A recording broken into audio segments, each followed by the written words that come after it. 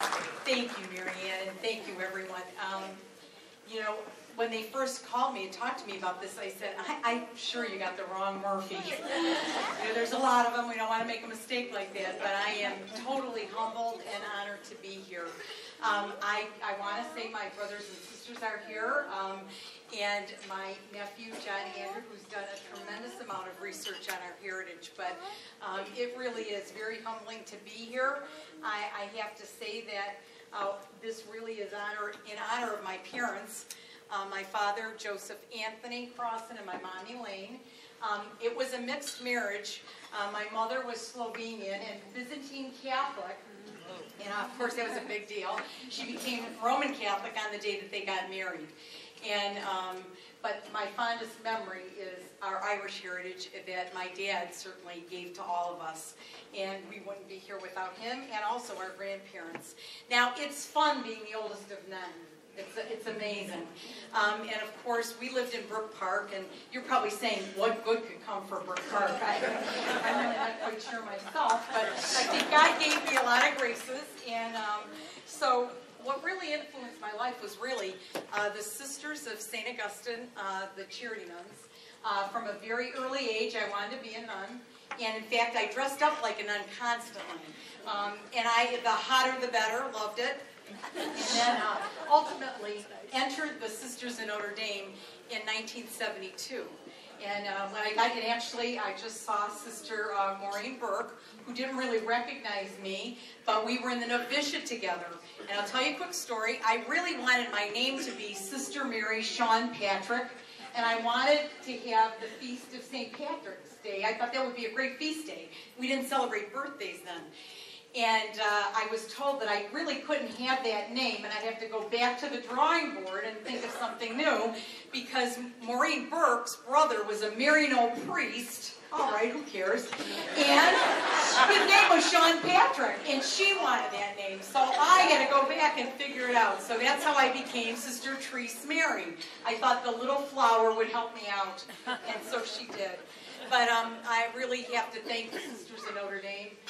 They were amazing in terms of teaching me discipline, what it meant to live in a community, and really to my parents, who made the biggest sacrifice by letting me go into the convent, because in those days it was pretty hard. We did not get to come home much, and there was a rule though. When we did come home, you know, my father came to pick me up, and I was very, you know, we had a load of rules, the nuns will know. And one rule was that you couldn't go home along with a man. So I said to my dad on the phone, I said, look, this is a very big deal. I said, so they will not like it if you come alone, so you've got to bring someone. So I'm thinking, you know, he'll bring, you know, my brother, someone, so we're not alone, my mom. Well, my mom didn't come, and he did bring a companion, my sister, who's 2 years old. I said, Dad, this is not going to look good. A nun, me, you, and a 2-year-old. So he had a great sense of humor. He said, for the love of God, Janice, if it wasn't for me, you wouldn't be here. So I said, well, I understand that. I was trying to think, what were the, you know, what I love about being Irish and the Irish heritage, and I thought we'll do this little thing like Letterman, the top 10 things. All right, so number 1 was my memory of going to Mass at St. Coleman's with my dad every St. Patrick's Day. And that is a memory that I will always take away, and I loved it. Loved the parade, and I remember saying to my dad, I'm going to be in that parade. And Fairview's been in that parade since 1989. So there you go. My favorite sport, talking. Loved it. Loved it, loved it. It was a problem at Notre Dame. They had at that time a rule of silence. I didn't quite fit in, and at one point I really thought I wanted to be a Poor Clare. And so I know that today the Notre Dames and the Poor Clares are the happiest nuns in the world. And I'm wrong. Love a great story, and I could never really make a great story short, so forgive me. My dad, a favorite saying, he would always say to us, and there were 9 of us, he'd say, now tell the truth and shame the devil. This was a cue that he was really wanting to get to the truth. And in our house, he said, you know, there's always a phantom here. I don't know why we never understand who did what.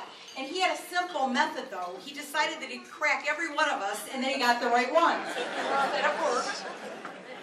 The fact that I had the chance to be a nun, which I really loved, and I honestly, as a very young nun, I actually thought it was holy. I didn't realize until a very long time that there's much more suffering that has to happen, and wearing a cool habit with a big rosary is probably not holiness. The fact that I was able to be a nurse, and I'm still a nurse, and the fact that I have been blessed to be able to take care of patients in every age and really alleviate human suffering in all its forms in a very quiet way. And so for all the nurses out there, I love you. I think the work that we do is really the work of Christ, and that we take care of his mystical body.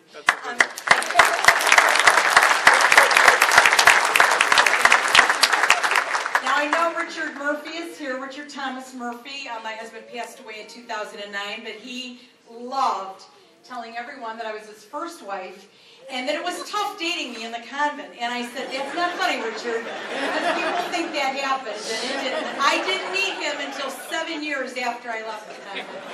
He's a great guy, and I know that he's here with me tonight. He was one of the Murphys that didn't think an oil soap would take off. So, number 6 is that I am genetically incapable of keeping a secret. Really, I have to work on being in the cone of silence, and I tried and work on it, and I'm going to work on that for this Lent.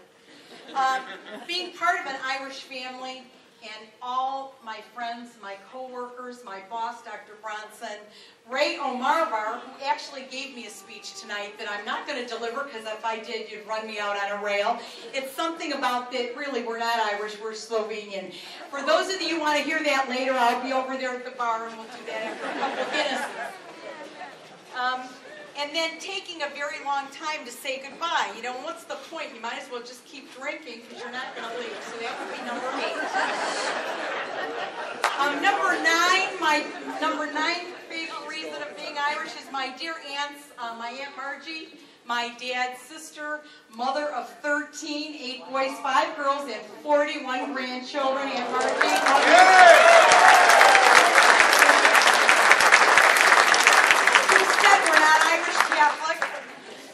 I remember one time we went to Lakewood Park, R9, my aunts, and I remember someone stopped my mom and said, "Oh, darling, what orphanage are you from?" And my mother was insulted. She says, "Don't you see they all look alike?"